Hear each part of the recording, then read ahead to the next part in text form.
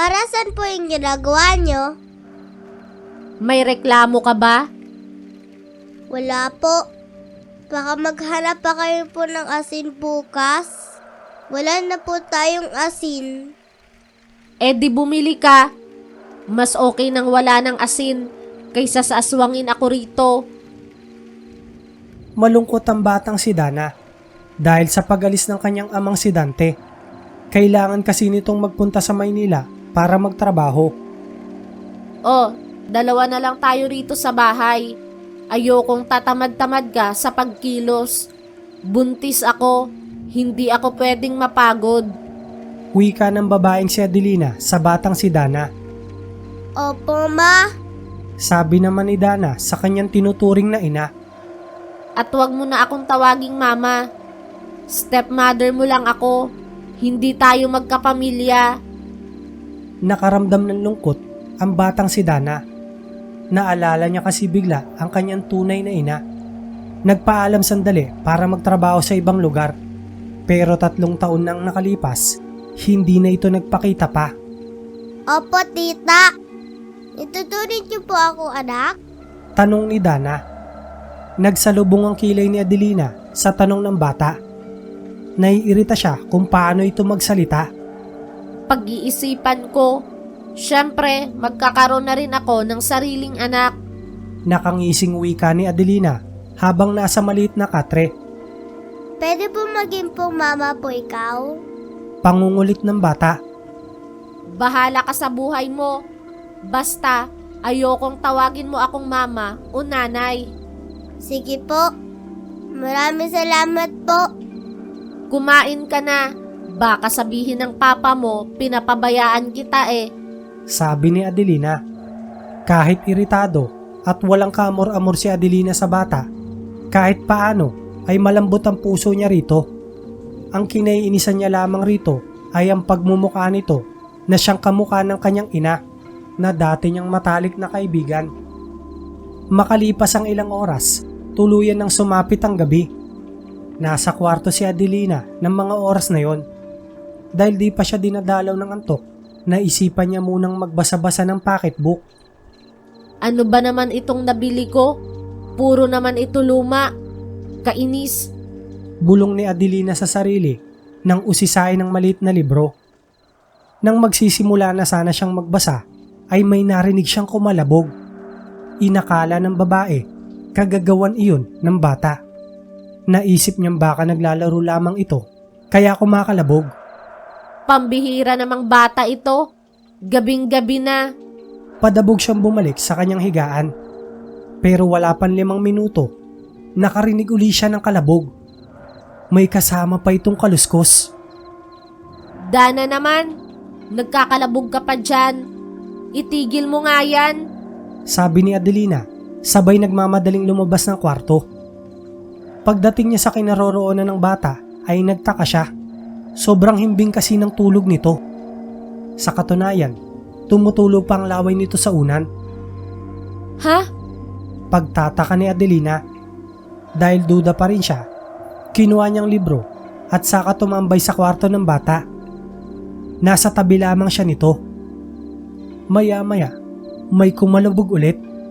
Nakumpirma ni Adelina sapagkat ang ingay na yun ay nanggagaling sa kanilang bubong. Nilapag ni Adelina ang kanyang hawak na libro.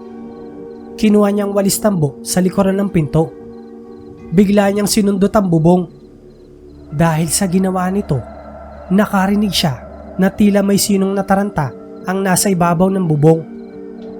Ma, bakit po? Tanong ni Dana nang magising ito. Diba, sabi ko sa'yo, wag mo akong tawaging mama. Masungit na sabi ni Adelina. Sorry po, ma. Ay, tita po pala. Sabi ng bata. Muling pinagtuunan ni Adelina ang bubong. Sa mga sandaling yun, may kutob siya kung ano ang kumakalabog sa itaas. Pero ayaw niyang isipin na tama siya. Ayaw niyang ma-stress dahil alam niyang makakasama ito sa kanya. May binugaw lang ako sa bubungan. Sige na, matulog ka na ulit. Seryosong sabi nito, sabay dampot sa kanyang libro. Bumalik ito sa kanyang silid. at sinaradong pinto at bintana. Siniguro niya rin nakakandado ang kanilang pinto. Kinabukasan ng umaga, maagang nagising si Adelina para mamalengke. Maaga pa lamang, may mga tsismosa na sa kalye. Pero kakaibang tsismisan ang narinig ni Adelina. Dahil ang usapan ng mga ito, may aswang daw sa lugar nila. Base sa kanila, may namataan daw ang mga tricycle driver na isang aswang. Tila may hinahanap na bahay. Aswang? Bulong ni Adelina. Naramdaman na lamang niya. Nagtayuan ng kanyang mga balahibo. Bumalik sa alaala niya ang misteryosong nilalang sa kanilang bubong. Napailing na lamang si Adelina. Pero sa loob niya, naroon ang takot. Lalo pat dalawa lamang sila ng bata. Bago umuwi, dumaan si Adelina sa tindahan. Nakitawag sa telepono si Adelina. Nakausap nito ang kanyang asawa. Pinaalam niya ang tungkol sa aswang. Sinabi ng kanyang asawa, maglagay ng mga pangontra sa bahay. Mama! Ay tita! Ayos ka lang po? Namumutla po ikaw po. Sabi ni Dana sa kanya. Napansin kasi nito, tila ba wala sa wisyo ang babae. Bakit mo tinatanong? Masungit na sagot nito. Baka gutom na po kayo? Sa kayo kakapatid ko po? Tugon ng bata sa mahinaong boses. Hindi na sumagot ang babae. Nagpatuloy na lamang siya sa kanyang ginagawa. Kinagabihan, sinunod ni Adelina ang payo ng asawa. Naglagay siya ng tuyong palaspas sa harap ng pintuan. Dahil malambawang, asin ang sinaboy niya sa paligid nila. Napansin ito ng bata, kaya hindi niya napigilang magtanong. Para saan po yung ginagawa nyo? Tanong nito. Napatingin siya sa bata. May reklamo ka ba? Tanong ng babae. Wala po. Baka maghanap pa kayo po ng asin bukas. Wala na po tayong asin. Eh di bumili ka. Mas okay nang wala ng asin kaysa sa aswangin ako rito. Palibhasa, ikaw, wala kang pakialam. Wika ni Adelina at pinagpatuloy ang pagsaboy ng asin. Nanahimik na lamang sa gilid si Dana habang pinapanood si Adelina. Hindi niya masyadong naiintindihan ang mga nangyayari, pero batid niyang may nais manakit sa kanyang stepmother. Isarado mo ang bintana, ang pinto at kung ano-ano pang pwedeng mapasukan ng kung sino. Utos ni Adelina. Opo, tita. Ilang minutong duman, natapos na rin ang bata. Pumunta na rin ito sa kanyang kwarto. Samantalang si Adelina naman, hindi naman dinadalaw ng antok. Kinuha niyang libro, pero ang atensyon ay nasa paligid. Nakikiramdam ang buntis. Hindi siya mapakali. Ayan na, Bulong niya nang may marinig sa labas. Pasimpleng kinuha nito ang nakatagong kutsilyo. Dahan-dahan siyang lumapit sa bintana. Binuksan niya ito ng bahagya. Mula sa labas, nakita ni Adelina ang isang babae.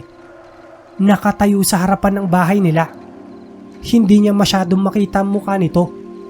Gayunpaman, may kutob siya kung sino ito. Napasarado na lamang siya ng bintana nang makitang lumingon ito sa kanya. aswang pala siya. Bulong na lamang ni Adelina. Maigpit ang pagkakahawak ni Adelina sa kutsilyo. Handa siya kung anong mangyayari sa mga oras na yon. Maya-maya lamang, pumunta si Dana sa kwarto ni Adelina. Mama! May nakita po ako sa bintana. Nakakatakot po siya. Wika nito na sobrang takot na takot. Bakit mo kasi binuksan ang bintana? Tanong ng babae. Hindi ko po binuksan. Siya po yung nabukas po eh. Lakas loob pinuntahan ni Adelina ang kwarto ng bata.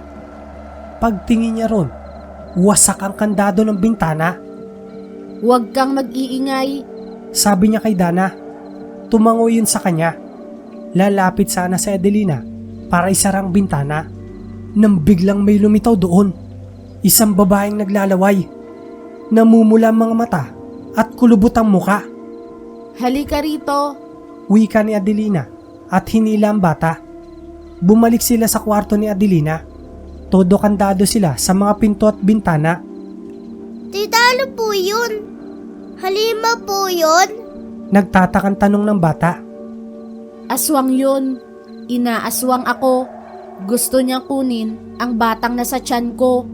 Paliwanag sa kanya. Aswang? Di ba nakakatakot po yun? Dami mo namang tinatanong. Pwede ba, Dana?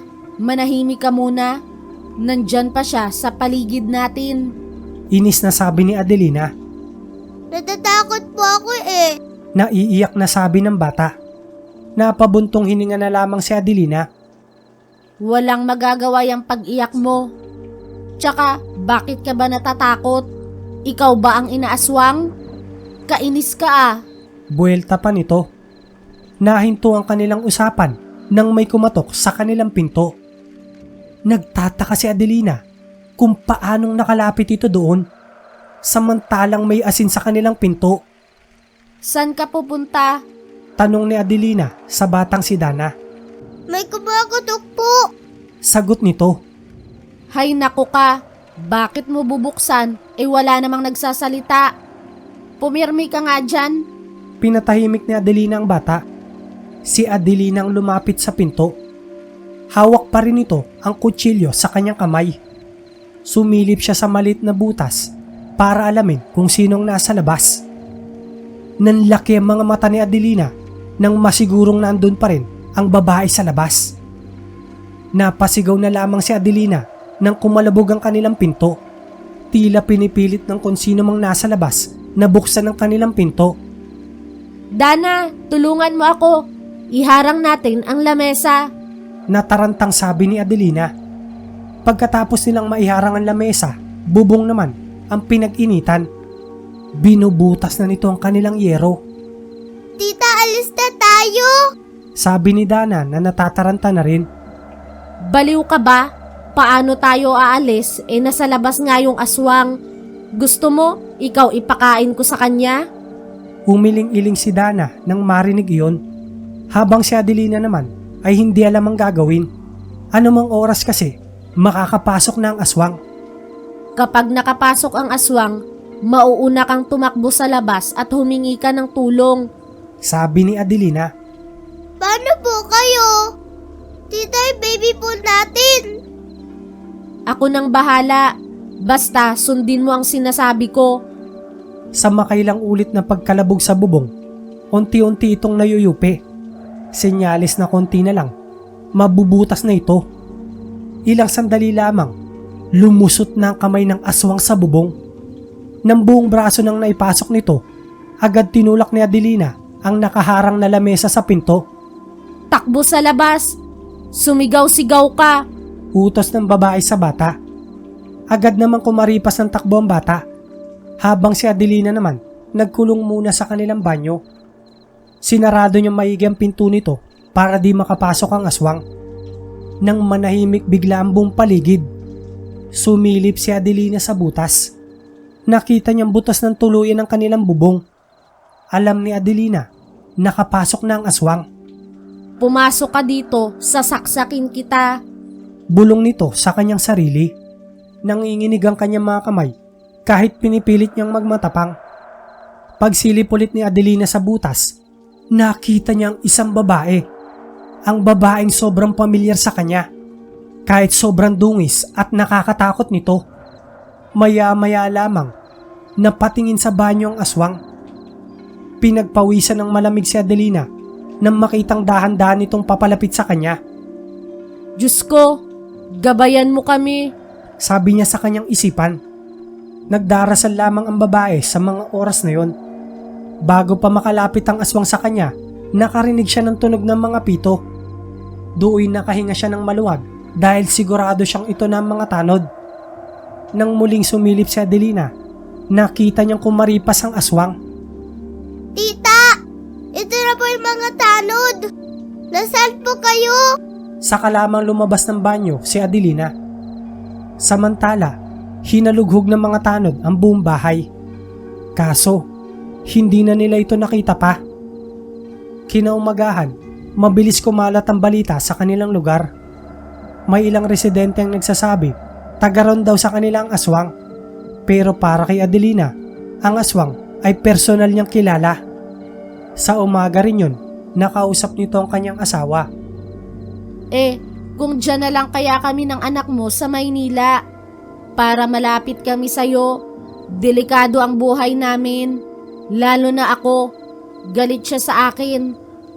Galit siya sa atin, idadamay niya ang bata, Dante.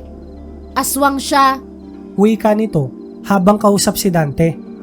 Buntong hininga lamang ang narinig ni Adelina. Pero sa uli, pumayag si Dante na lumuwas sila ng Maynila. Dali-dali siyang bumalik sa kanilang bahay. Aalis tayo sa bahay na ito ng nanay mo. Saan po tayo pupunta? Delikado ang buhay ko rito. Galit sa akin ang aswang. Nababahalang wika ni Adelina. Wala nang nagawa pa si Dana. Umalis sila ng bahay niyon at tuluyang bumiyahe papunta sa Maynila. Kahit paano, nabawasan ang pag-aalala ni Adelina para sa kanila. Mas mainam nang lumayo sila dahil nagbalik ang ina ni Dana, ang tunay na asawa ni Dante, na sa mga oras na yun ay isa ng ganap na aswang.